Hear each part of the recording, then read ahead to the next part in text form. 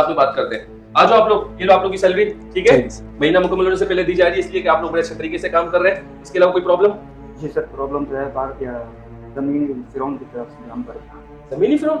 Sir वो क्या है कि बार बार सर हमें कह रहा है कि सैलरी काटेंगे आपकी, ये करेंगे वो सैलरी करेंगे। काटेंगे? जी सैलरी सर। काटने का इख्तियार तो नहीं है, किसने बोला आपको? सर बोलते हैं जो हमें सैलरी देता है वो बोलता है कि आप लोग काम नहीं कर रहे हो इसलिए। अच्छा, अस्सलाम वालेकुम साहिब साहब, कैसे खैरियत से? हाय बैठे। नहीं सर, आप बैठे। मैं अरे बैठो यार, मैं कह रहा हूं, आप अरे बैठो, बैठे सर, आप कभी बैठे टाइम सर। दे दिया करो सर, आप यार। बैठे सर, सबसे पहली बात ये कि ये जैसे महीना पूरा हो रहा है, सैलरी आपकी रेडी है और आपको बहुत बहुत मुबारक हो। थैंक यू सर, आपने बहुत अच्छा एनवायरनमेंट बना दिया है।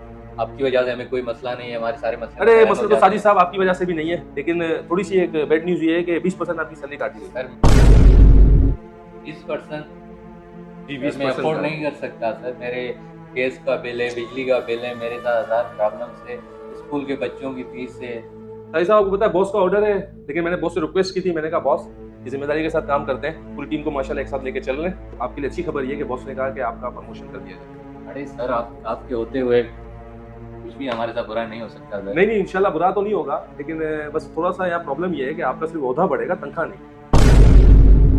सर ये क्या बात हुई, तनख्वाह नहीं? लेकिन बॉस ने एक गुड न्यूज़ दी है कि बॉस ने ये कहा है कि कंपनी का जो नाम है, आज से हम नाम को तब्दील कर रहे हैं, तो कंपनी को आपके नाम पे रख रहे हैं। मेरे नाम पे सर?